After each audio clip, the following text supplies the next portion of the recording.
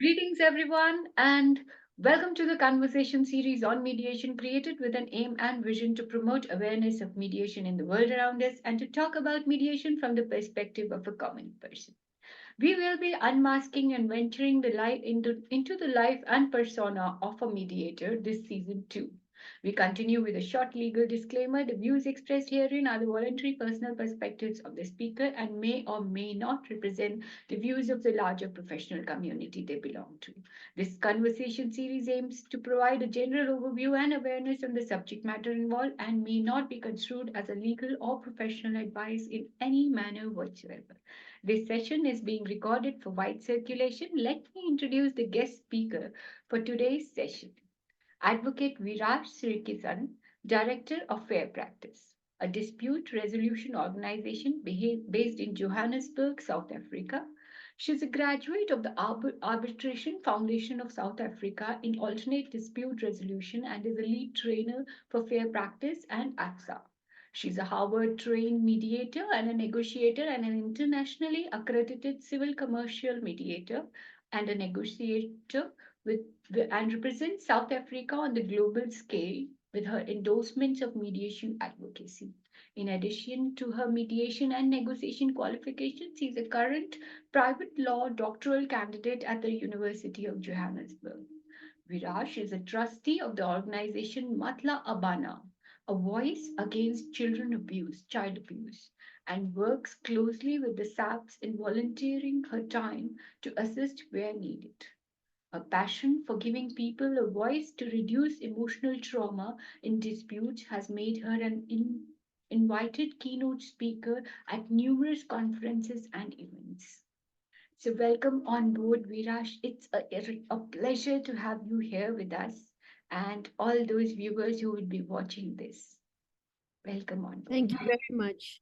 Thank you, Sonal. It is an absolute pleasure to be around you and in your presence of yourself and your audience. So thank you to you and anyone who's listening for giving me this time to talk about dispute resolution. So, Veerash, I was looking at that alternate dispute resolution and a Harvard trained mediator. Virash, in your journey, do you really feel dispute resolution, especially mediation, is helping people around?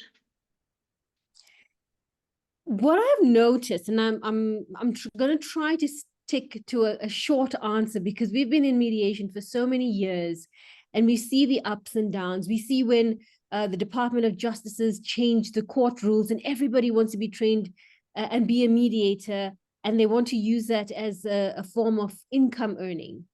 And those who have gone through a long journey of becoming a mediator and understanding what it takes to be a mediator, and they're using those skills effectively, when they use those skills effectively and conduct themselves as a constructive mediator, then it helps people in that dispute. We know that when people are in a dispute, they start off being aggressive. We say, can mediation bring peace into the room? It can. It doesn't start off peacefully. We know that people come in there and there's also that false sense of peace because they come in there wanting to make friends with the mediator and they both want to be seen as the good guy. So it starts off with that false sense of peace and you think, oh, as the mediator, oh, yay, everything's going great. And then maybe one session in, or by the second session, it explodes because they now realize they have this platform where they can just talk. It's without prejudice, it's confidential, and it's not a peaceful environment. So at that juncture, people think, oh no, mediation's not helping. It's not helping because it's bringing out the worst in us. Yet a skilled mediator will take them through the process. They will take them through the journey, and they will get the parties to give up on their positions, more elaborate on their needs and why these needs are important. And then they ask questions and they engage in a curious manner using their communication skills, and they get people to reflect. So it helps because in the sense of your question, is it actually helping people resolve disputes? What mediation does, and by virtue of the nature of the process, It gets people to see the perspective of somebody else. A skilled mediator brings in that perspective without giving people the answers, without telling them what they should say. It brings the focus onto the issues and how each person views those issues, how they view the consequences of the outcome of a dispute being on them. So while we say, the mediation is meant to be a peaceful sort of in that meditation phase of your life where you're going towards a dispute outcome, when the mediator breaks it down, it's not as peaceful as people will think, okay, we're going to go in psychotherapy. It's not like that. The mediator brings peace into the room through the process. And people get that sense of empowerment that comes over them with the information that's being shared, with the information that they receive, with that certainty that they are the final decision makers. So we help people navigate the dispute. And I'm not sure how it is in the different jurisdictions. With our rules of court, our empowerment comes from people realizing, okay, we can use mediation to get to a resolution. We can use mediation to just work through parts of the issues and disputes, or we can really use mediation to uncover, is this dispute mediatable? So it is helping people from any direction. There is no wrongdoing. If you enter into mediation, and if you enter in good faith, and you enter with with a feel of understanding why I am here, using the voluntary nature of the process, it helps. If you're going to go into mediation in bad faith, if you're going to abuse the process, abuse the confidentiality and without prejudice principles of it, if you have no intention of preserving the relationship, then people have to think twice about why they would want to enter into mediation. So nicely and so beautifully put that, it navigates. So I was also seeing that you have Matla Abana. You are a part of that organization which helps kids. And as I see it, it's a very noble work. So would you like to talk a little bit about that? Sure. In South Africa, we are part of the Convention for Children's Rights, the UN Convention, the African Convention on the Rights and Welfare of the Child. So, and we have our Children's Act that promotes the well-being and best interests of the child. Our Constitution does that as well. What we find, though, is the child's voice is not always heard. They may have a constitutional right to participation, but they're not included in a lot of decision making. They are not protected. They really are people who should be seen, not heard, and they're considered as people who should be seen and not heard. Now, Matla Bana deals with children who are abused in the most atrocious ways. The organization itself creates facilities for children not to be in a situation where they're surrounded by adults, and here they're asked to give a version of what has happened to them, and they put in these unsafe environments where perpetrators could easily be in the same room as them. So Matla Bana builds these facilities through the donations that we receive and the sponsorships that we receive, where children are put in an environment that is child-friendly, it looks child-friendly. They receive packages of care where they receive clothing, snacks, even a toy to just help them alleviate we cannot take away the trauma, but just to show them that somebody who cares is sitting in the room with them. And we also the organization trains police officers, magistrates, people in the Department of Police Services and Justice on how to handle children. And one of the fundamental things in that training is we were raised when we were little as children to just be ignored, go play outside, nobody wants to hear or see anything. And if you come with a story of something that happened to you, you better be believable, or we've got to see your trauma visibly. And what we do with the training is we try to we teach adults not to be biased in their approach to a child. A child has a version of the story that you have to listen to. So even as mediators, what do? We have our listening skills, but we use them on adults. Here we're training people to use their communication and listening skills on children who are in a trauma state, but now have to provide evidence on what they've experienced, and how do you extract that story without making the child feel like they did something wrong. So the organization is all about protecting children who have been abused or who are in abusive circumstances. That is really a noble work. And also, when you were speaking, I could figure out that the mediation skills also play a very big role there, because understanding the child, understanding the trauma, and understanding the story that they are saying and maybe not able to express them so very clearly. Their emotions, understanding their emotions, it's a huge work, and that's really great that they are being taught. People are being sensitized into it. That's really so. Virash, when we look at it as a senior mediator, how would you and what suggestions or ideas would you give to the juniors who are going to, or students, law students who are going to pursue mediation as a career? Anything that you want to say?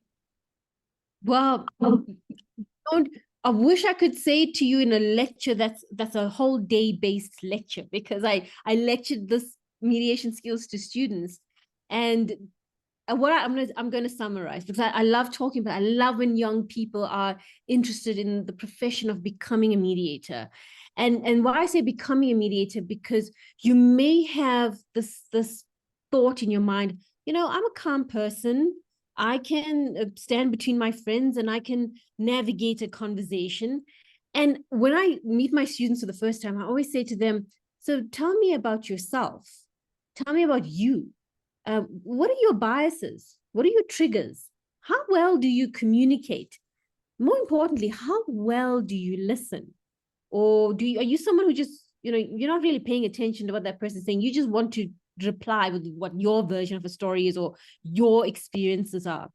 And I work with them, and I walk around the room, and throughout the training, I watch how they react to things I know from learning about them would trigger them.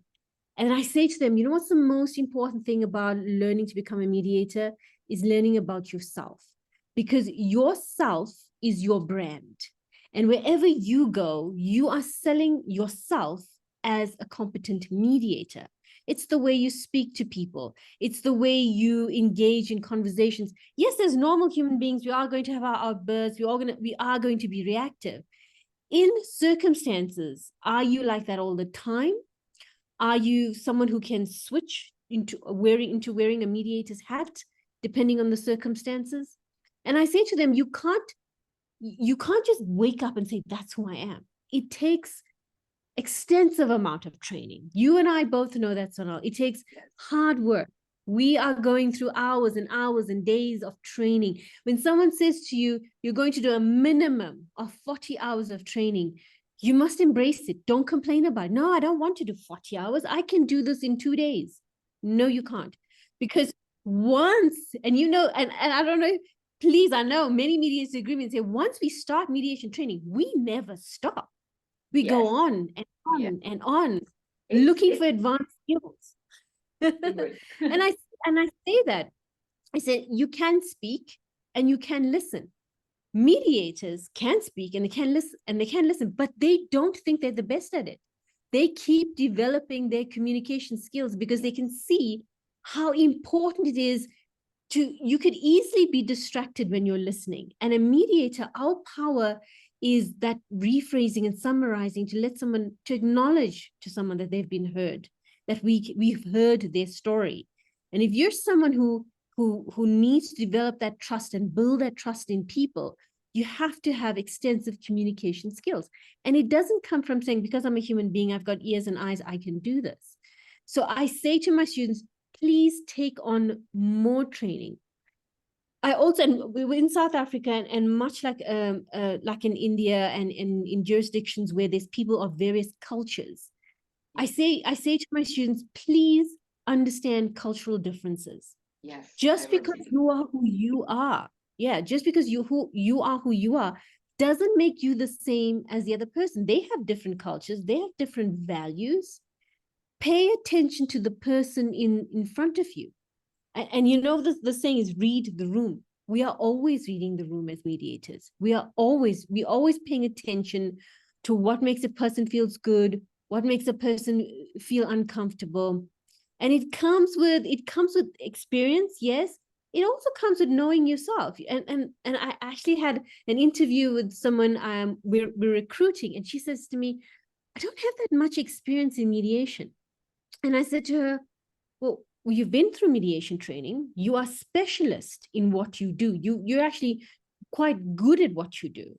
You're a professor at what you do. Why do you think you're uncomfortable being a mediator? And she says, because I don't have experience. I said, it's got nothing to do with experience. You will gain experience. How do you feel in terms of being a competent mediator now that you've gone through all of this training? She said, I can mediate. I said, then go for it. You are no different from someone who's mediated for the first time to someone who's mediating for the 10th time. Be confident in who you are, that you can do this. So with young people, you need to cultivate patience and resilience, and understand that when you get into this profession, the people are going to trust you. They're going to trust that you know what you're doing. And one of the skills of being, well, the principle of being a mediator is that you're impartial. And in order to be impartial, you have to know your biases. Every single one of us has biases. Yes. So understand your biases, work on that. I run training on unconscious bias skills, and people who come to you go, well, I thought I was perfect. I didn't know I could be a racist. I didn't know I could be someone who doesn't value people of a certain area or class. They actually say that this opened my eyes. So don't turn away any learning. You're always learning as a mediator. And of course, manage your brand. Always manage your brand. So perfectly said. And because it can resonate, because every mediation you learn through, you go through a self-evaluation journey, almost like that. You're evaluating yourself also when you're seeing their disputes. You're evaluating your skills also. Can I handle everything becomes a challenge. So, and every webinar you learn something new. So you keep going to talking to people, you learn something new. So that's really great. So any closing comments of yours, and your work at Fair Practice, and how you're managing there? Anything that you would like to say? Firstly, I'd love to say thank you to you, Sonal. You are always giving us a platform to express ourselves and to be genuine and transparent with who we are as mediators. So thank you to you for creating this journey for all of us. You're a part of our journey too. So thank you for that. And Pleasure. also to all the mediators who are up and coming, there is so much out there that is not just about earning an income from the profession. It really is about building relationships, and building these relationships where you have clients who are coming back to you, clients who are referring others to you. And in order for that to happen, you've got to understand that you are building relationships with people. So don't see your clients as someone who's going to line my pocket and then I'm done with them. Have ethics, have your values, and a belief system that you carry yourself out competently. At Fair Practice, we are growing. So watch the space. There are some new developments that will be coming in the next few months. We are mediating. We are mentoring our young mediators. I'm mentoring students as well. We are bringing more people on board to help our younger and unexperienced mediators, not unexperienced yet. They will get work. Everybody does. You just need to follow a path and you will get the work. We are now IMI accredited in our training. So our training is going to be taking off around the world. We're getting very lucky with that. Yeah, we are full on board in creating a dispute resolution practice that believes in collaboration. So thank you, Sonal. It's a pleasure, and I thank you so much for those wonderful thoughts. and they are going to make a difference in the lives of people who are mediators, who are looking up to mediation as a dispute resolution service. So I'm very sure they're going to make a huge difference into the perspectives of people who are going to listen. Thank you, Virash. It's been a pleasure talking to you. Thank you. Just stop recording.